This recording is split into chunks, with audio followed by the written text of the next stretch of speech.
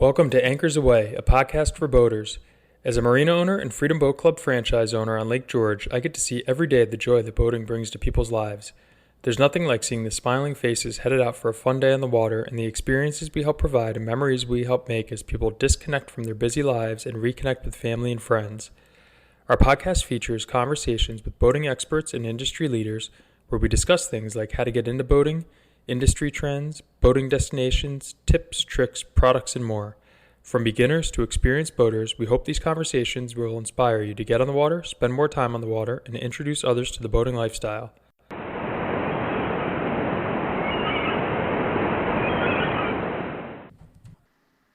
David G. is Editor-in-Chief and Content Director of Boating Industry Magazine. It was an interesting time to talk to David with everything that's going on in the world and around coronavirus and COVID-19, and really refreshing talking to such a passionate boater, water sports enthusiast, and industry advocate. We talked about David's life on the water, including his enthusiasm for water sports, which started at a young age and continues to today, future boating plans, some of the things happening at the magazine and in the industry, and why boating itself as an activity is so uniquely positioned to be a great activity for people when we get through the current health crisis. Enjoy.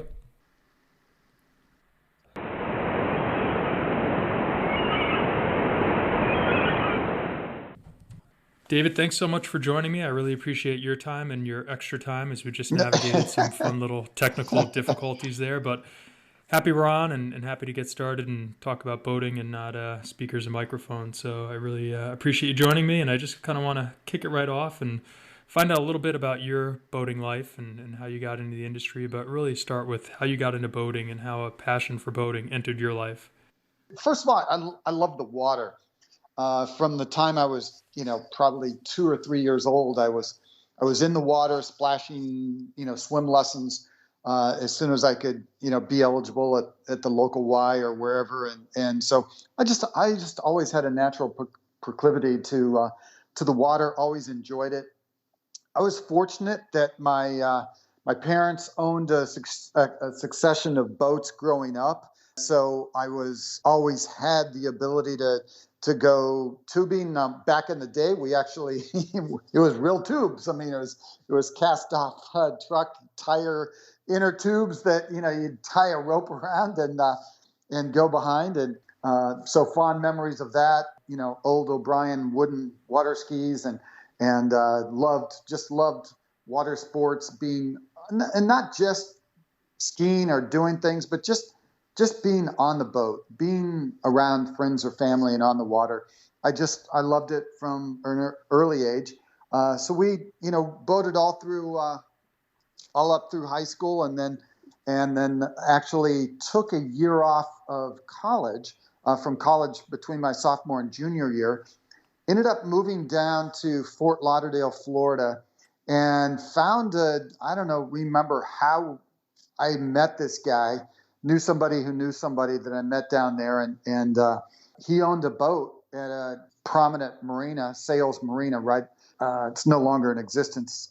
It's actually, for those of you that have been down to the Fort Lauderdale International Boat Show and seen Super Yacht Village, actually the Super Yacht Village is at the site of the marina that I used to live at. So Pier 66, I think it was Suntex, just bought them a year or so ago and are in the process of redeveloping that. But it's just opposite the intercoastal from where the cruise ship terminal is. And so I lived there for a year on a boat, 2 different boats, actually, a 38-foot sailboat that we managed to I'll say the captain managed to run aground on a red coral reef. I guess I was on the boat, so I was maybe a little complicit.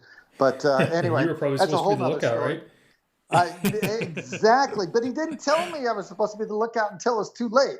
It was lookout after we hit the rocks. So anyway, that's a whole nother story that I definitely won't go into here. But and then we got another boat. And so that was awesome. And then when probably my late 20s or so, met my wife in LA, and we moved back to Minneapolis, which is where I grew up. And fortunately, she liked the water and didn't have real experience boating, but I was able to talk her into getting a ski boat. Actually, she would remind me, she found out, I shouldn't say it was kind of after the fact. She found the loan agreement to the boat after I had bought it and gotten a loan for it. So, yeah, I got my steps out of order there as, as she will remind me. But it turned out to be, and then we've had two other ski boats since, and just absolutely believed that it was the best thing in the world as far as family activities are concerned. In Minnesota, I think you're kind of assigned a cabin when you're born. It's kind of a birthright to have a cabin in Minnesota and many other parts of the country. And we never, I mean, I like cabins. Cabins are fine, but it's another roof, another furnace, another lawn, and none of those things really interest me. So I just prefer to spend our time actually on the water instead of doing stuff instead of driving to and from North Country on Friday and Sunday night or Monday. So we were in agreement there, and from the time our kids were born until they graduated, we always had boats, and they just always loved being on the boat, loved having their friends on the boat. We loved kind of being known as the boating family. And we had a neighbor across the street who had a 40-foot houseboat on the Mississippi River, and without fail, every time we were gearing up and getting ready to head out of the driveway with our skis and wakeboards and later surfboards loaded, he would come. Here comes Jim, coming across the street and says, "Oh, you guys this is awesome. You'll never regret this.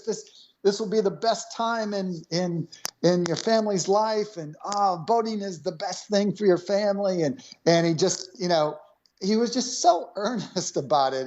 And I mean, he was, 75 years old at the time. And we always used to kind of lament, like, okay, he's going to slow us down. Don't come out. But he was really sweet about it. Now we look back on, he's no longer with us. And we look back on that time fondly and knowing what a great community the boating community is, and really just how much we've appreciated individually and collectively as a family.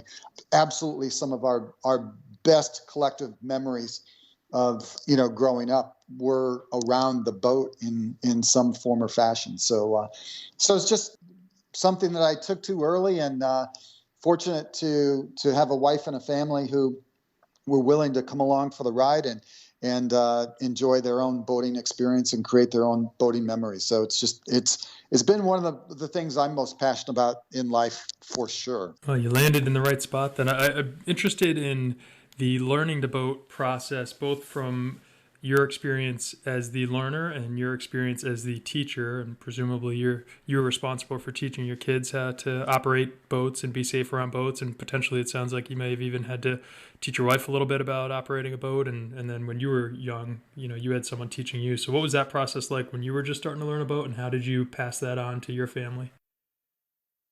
Interesting question. I don't know that I've ever been asked that question. So good for you that you're including it in your podcast. I think boating safety is something we all, or many of us, I should say, take for granted, and like somehow, some way, by osmosis, we're supposed to know how to be safe. And I'll tell you, being on the launch ramp at a busy, crowded lake on a weekend, you'll realize that not everybody got that instruction, because we call it the Yahoo factor, and it can be pretty high some days. So I had actually, my dad was quite mechanical, and he was a really handy guy. I mean, he could build stuff and rebuild things, and grew up on a farm, and you have to be handy on a farm. So he was just really conscious about anything that had moving parts, or anything that could kind of present a danger to you. He was just really conscious of. And so from the first time that we were owning boats, and he had a little experience growing up in boating and fishing, and So I did take whatever the local power squadron course was. I think I took a written test, and then I can't remember whether we did anything on the lake or not. But he just, made sure that he was always talking through things, that he was good at explaining things, that we were always talking through things we were doing. Okay, this is what I'm doing now. This is why I'm doing it. Okay, you should, I'm taking the tie down straps off. I'm doing this, I'm doing that. And the same was true of operating the boat. And just always emphasized, something I carry to this day, just kind of having your head on a swivel. If you go flying, I was just thinking about flying the other day, using an analogy, and instructor pilots will always talk about keeping your head on a swivel when you're in the air in a private plane. And because nobody, when you're in a commercial airline, everybody knows where you are and you have a prescribed flight path, but that's oftentimes not the case when you're in a private plane. And so you're really responsible kind of for your own safety. And so constantly scanning the horizon, looking left, looking right, kind of keeping, they call it situational awareness. It was put into me at a very early age, just being aware of who's around you. You can never, I don't trust people in the water. Unfortunately, alcohol use comes with a lot of boating activities for some people. And I've never had an accident, never had a mishap myself, but have seen some and known some boaters who have experienced that. And so I think that, the best remedy for that is to always be aware, always to have a high degree of situational awareness, and making sure that you're going out, and just like flying, with the boats, there's no substitute for seat time. I can sit there and we can have all the dry land sessions we want. I can tell you what to do this, do that, the other thing. It's just like everything else in life. You really don't, it doesn't really sink in until you do it. And we spent hours and hours on the water in quiet times, not on the weekends, not trying to teach me how to drive in the middle of, a crowded lake or bay or channel, but out there on the weekdays, after school, after work, and away from any crowds of people, and just letting me feel the boat and all kinds of wind and wave conditions. Again, getting used to keeping my head in a swivel, looking around, being constantly aware of who's around, where we are, where the boat is, navigational markers, buoys, whatever. And so that was exactly the same way to wrap it up that I had taught my kids as well. Is, from very early on as teenagers, they always would say, "Hey, Dad, will you go drop the boat drop the boat in the water for us, and can we go out with our friends?" It's like, no, you can't. I Oh mean, man, I'm dreading the first time I get that question. It's like, I think, my dad did it a couple of times when I was in high school, but I had spent, hundreds of hours on the water by that time. And my kids they loved to be on the boat, but they really didn't have a real interest in driving. They didn't know some of the bigger lakes that we went on. They didn't know real well. They didn't know. They'd never paid much particular attention to navigation and trouble spots, and where there are a couple of unmarked, rock piles and things like that. And I said, until you guys really want to dig down and take an interest in those things and spend more time driving the boat with me there, then no, I'm not going to drop the boat in the water for you. So it's interesting. They love to surf. They love to wakeboard. They love to ski. They love to tube. But they didn't really ever particularly, either of our kids, we have two, a boy and a girl, particularly, enjoy operating the boat. They just like the idea of being out there without mom and dad and driving over to Party Cove or something. So, that never happened.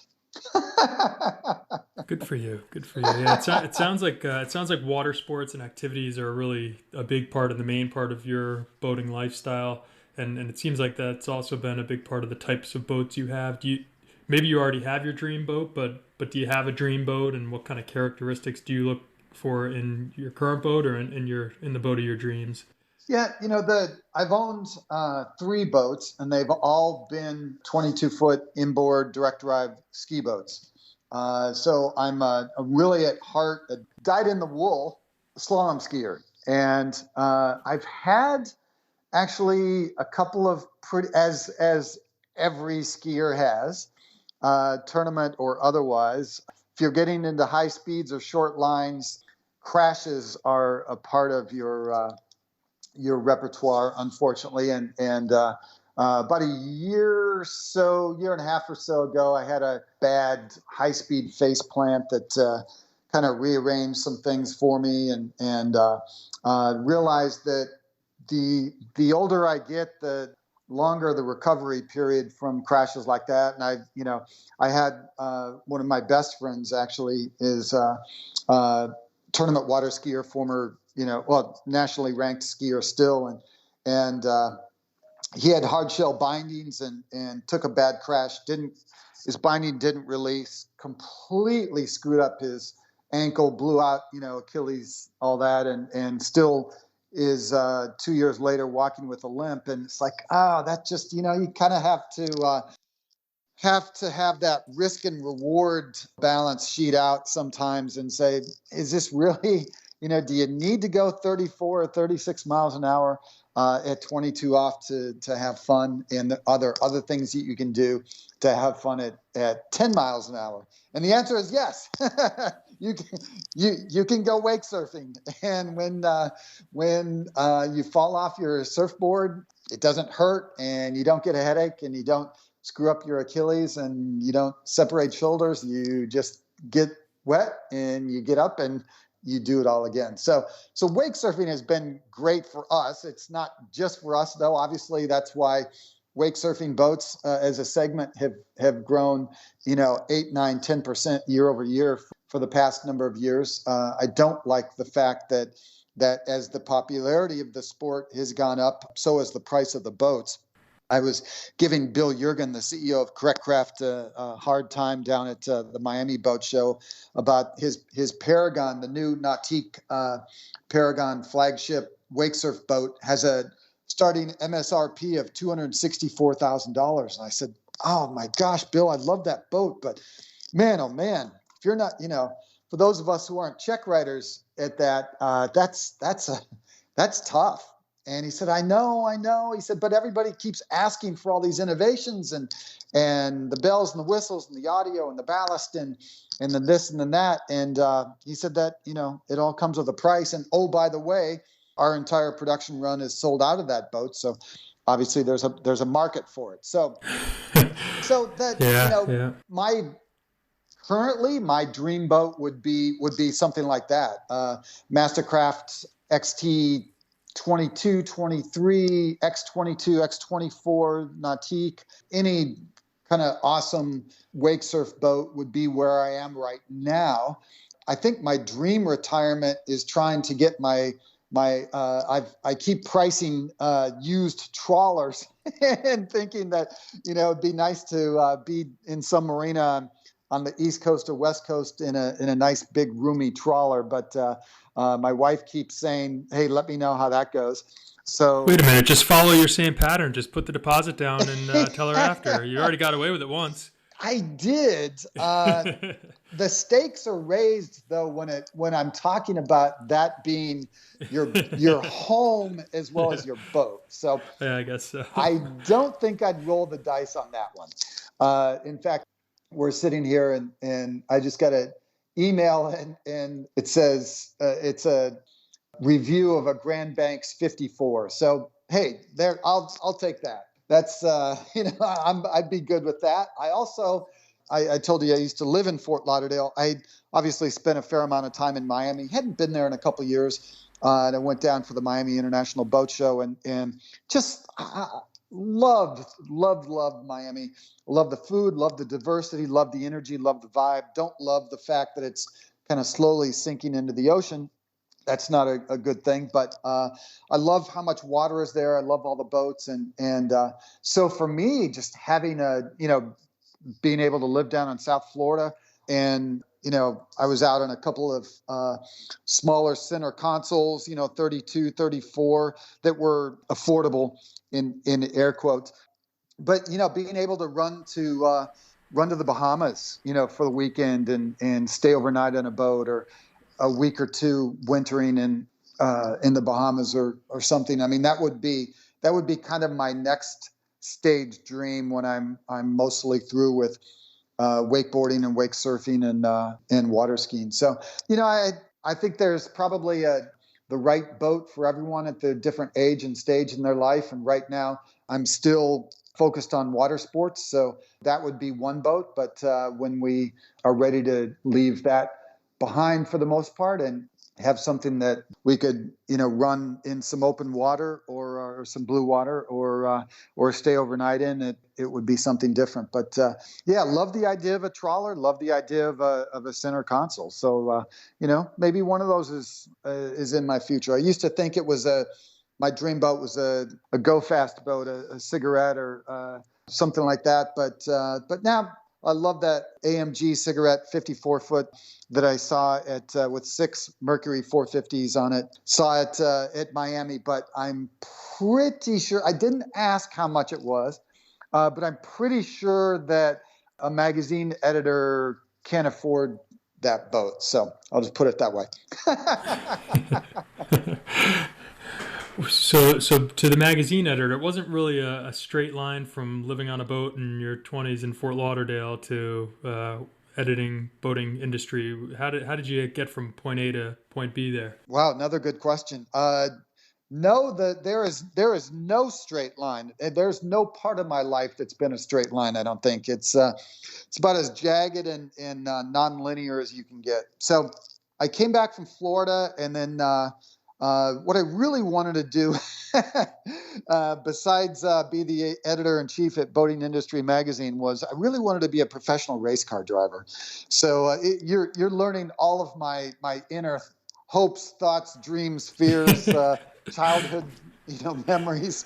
But wanted to be a race car driver. So I sold everything I owned and pooled all my money, my considerable resources at the age of 23, 24 years old, and went over to England and got my British Formula Ford 1600 racing driver's license at the Jim Russell School of International Road Racing, which is where Danny Sullivan, Indy 500 winner, had gone, and really thought that I was going to get over there and they were going to be able to look at people and say, okay, you'll make it, you won't, you'll make it, you won't, and really found that wasn't the process at all. But I also found that there were literally, and I don't mean like it seemed like there were 150 guys just like me, but literally 150 guys just like me at that very lowest rung of the road racing ladder, trying to do exactly the same thing as me. And I think 149 of them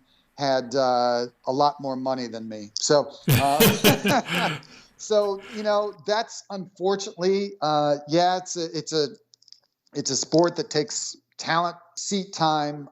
It takes all of those things, but it takes a lot of money. And if you really don't have the ability to kind of sponsor yourself and get all those races in that you need to at that lower level before you have the hope of attracting some sponsorship, then it's really tough. So I quickly kind of deduced that I was going to be able to make a living out of that.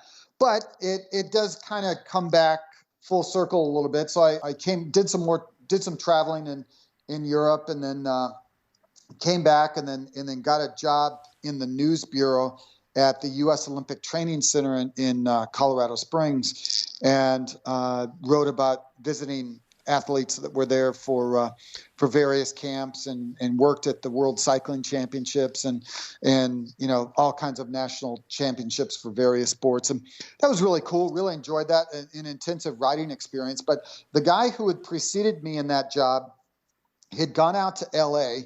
and had become the PR director for the Los Angeles area Junior Chamber of Commerce. And so I got in contact with him, and he said, hey, why don't you come out and I'll put you to work at the Los Angeles Open golf tournament at PGA at Riviera Country Club in Pacific Palisades in LA. So I went out to LA and was thinking about moving out there anyway. And lo and behold, I was working, working in the press room for this guy. That Los Angeles Junior Chamber was the charitable beneficiary of the Los Angeles Open.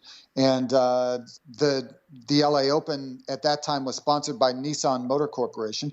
And I met all the PR people for Nissan and ended up, I had that motorsports racing background. I was a good rider. So I ended up getting hired by Nissan's PR agency and worked there, did all the motorsports racing PR for Nissan. So it kind of tied back in.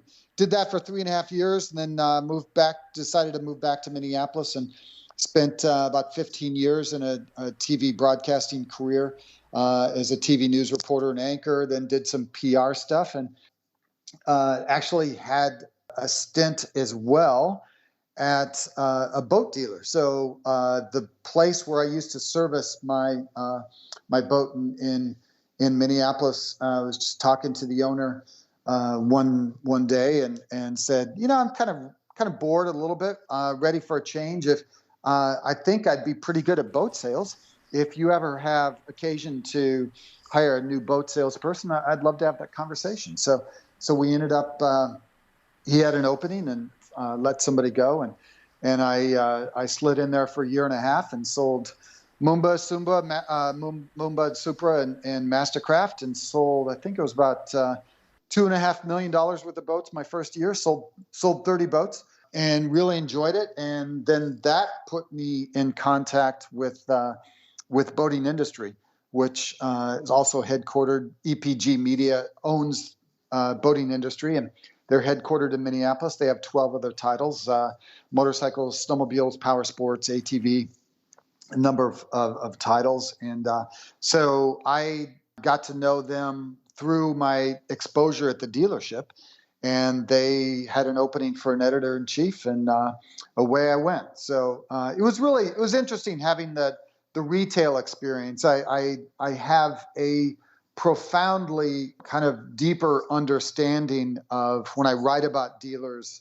I know, I just have this really strong image in my mind of what it's like to be at that end of the business, and certainly appreciate that piece of it. And, obviously went to national dealer sales meetings and things like that. So had some exposure on the manufacturing side as well. But it was a great education, great primer, right before I slid into the editor seat.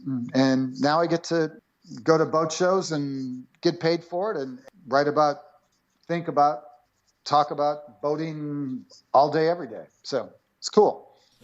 Doing things like the top 100 and some of the industry things that you guys do, what are some of the things that you've been able to learn from some of these top dealerships about the industry, or how they operate, how they treat customers, employees, just some things you've picked up from those top 100 dealers that, say you were getting rehired when you're done editing and you go back to your dealership and start working at it again, that you would bring back to that dealer?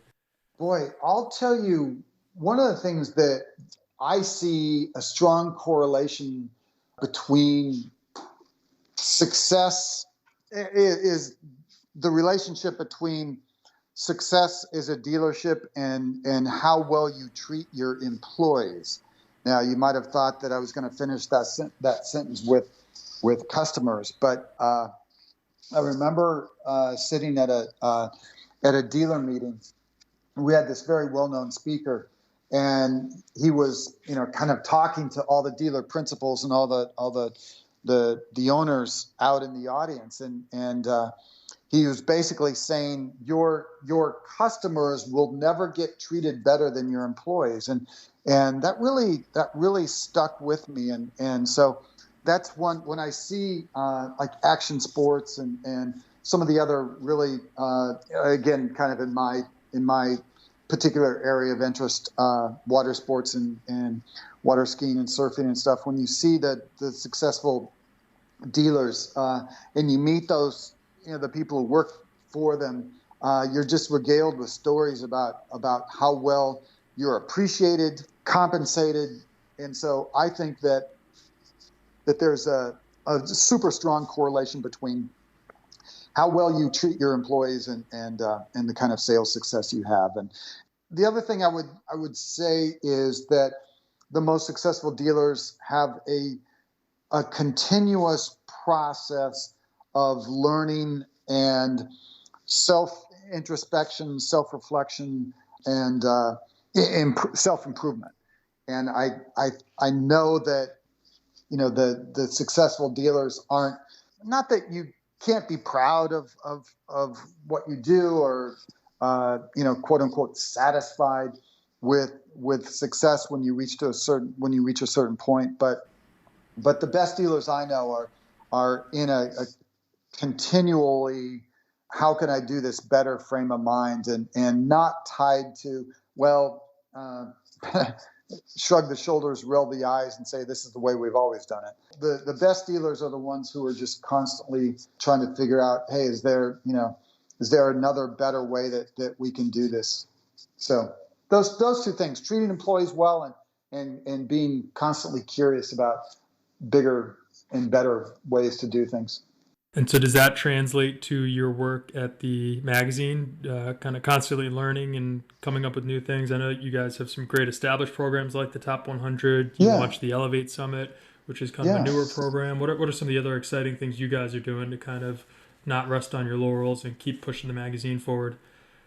Well, I'll tell you, the CEO of our company has been for a while on a digital push, trying to get us to think kind of digital first, print second. Not that we'd ever make, I love magazines. I love to hold magazines in my hand. I love to sit and have lunch with, flipping the pages of a magazine, or on the airplane, or what have you. But she's been trying to push us to create more digital content, more and better podcasts, video chats, trying to videos, trying to do more things to feed the digital content creation animal. And I'll tell you, this has really accelerated that process. In fact, we are for the next issue of our magazine. I know people who haven't even gone to the mailbox literally in 2 weeks. So we decided to skip the actual publication of our May issue and just do it digitally, just do it online. And one of the cool things about online digital editions is you can measure, how long people are spending on each page. You can do these heat maps to figure out, where people are gravitating to, where they're spending the most amount of time, the least amount of time, what they're doing after they read an article. Does that, do they go and jump on somebody else's website? Do they click on an advertiser's website? What we're finding in many cases, they're going back into our archives and doing searches. And so it's piquing their curiosity about a subject matter, and they're going back and seeing what we've written on that previously. So our online page views have gone up 114% in the past 3 weeks. And this certainly isn't the way I would like to achieve growth. But we're just trying to answer your question. We're just trying to put more resources, more time, energy, bandwidth into our digital work, knowing how many people. I mean, like I said, the industry is gravitating towards that anyway.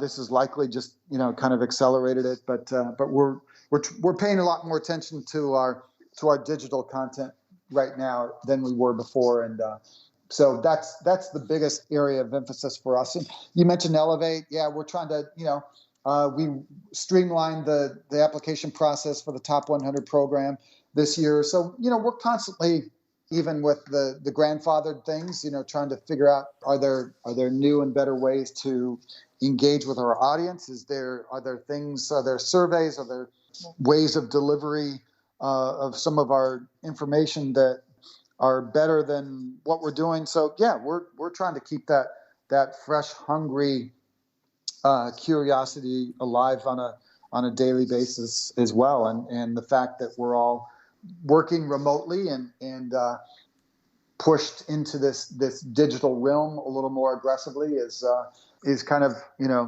wouldn't say a good thing, but we're trying to make soup out of it. And as the saying goes, I know Bill Jurgen, I mentioned his name, the CEO of Correct Craft.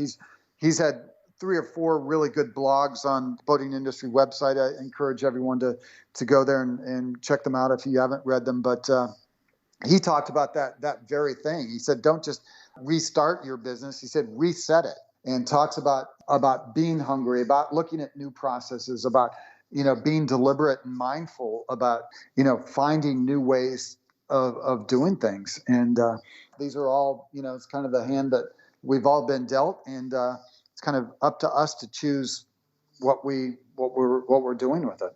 With the time that we're in, just for reference, because this might be listened to in months from now, we're right in the middle of lockdown in a lot of states. Some states have outright cut off boating. A lot of marinas have been declared non-essential and can't be open. So it's obviously a challenging time, but I think, and I think a lot of people think, that boating as an activity and B as an industry are in a great position to be an activity in an industry that people want to go to and get them out of this kind of malaise that they're in right now. What about boating as an activity and B as an industry do you think makes them positioned well to come out of this on the other side successful? Yeah, you're absolutely right. I don't think that there's any doubt in my mind that boating will come back bigger, better, stronger than ever. Because I mean, we need it. We've all been, regardless of the scope or the level of which you've been impacted by the downturn and COVID-19 and everything associated with it. We all need outlets. We need ways to get back our physical, mental, emotional health. Boy, I can't think of, going back to the beginning of our conversation, I can't imagine a better way or a better place to do that than on the water, boating and spending time with people who are important around you. It relaxes you. It inspires you. I don't think that there's any question that life is better on the water. The reason it is that the stress just kind of melts away, and things that we carry onto the boat, can be shed, and at least temporarily. And so I'm going to say boating to the rescue, bigger, stronger than ever. And that I think that we're going to be kind of relearning the importance of family time and priorities, and that we don't really know. Tomorrow's not promised to us. Don't really know what's going to happen.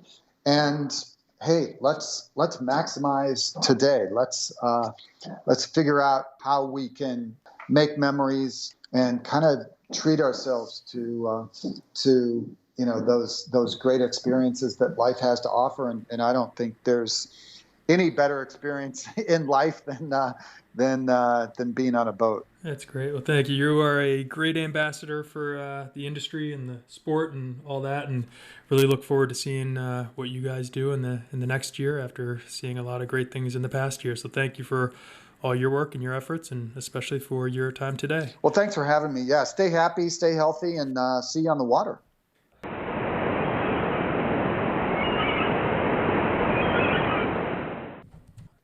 I really enjoyed speaking with David. His enthusiasm for boating and the boating industry is infectious. For all those who work in the industry, I hope you are full steam ahead soon. For all those boaters who count on boating to spend time with loved ones, get away from stress, experience nature, and all the great things that come with boating, whatever state you're in and whatever body of water you like to boat on, I hope you can do it soon and start to get back doing the activity you love. All the best and stay healthy. Happy boating.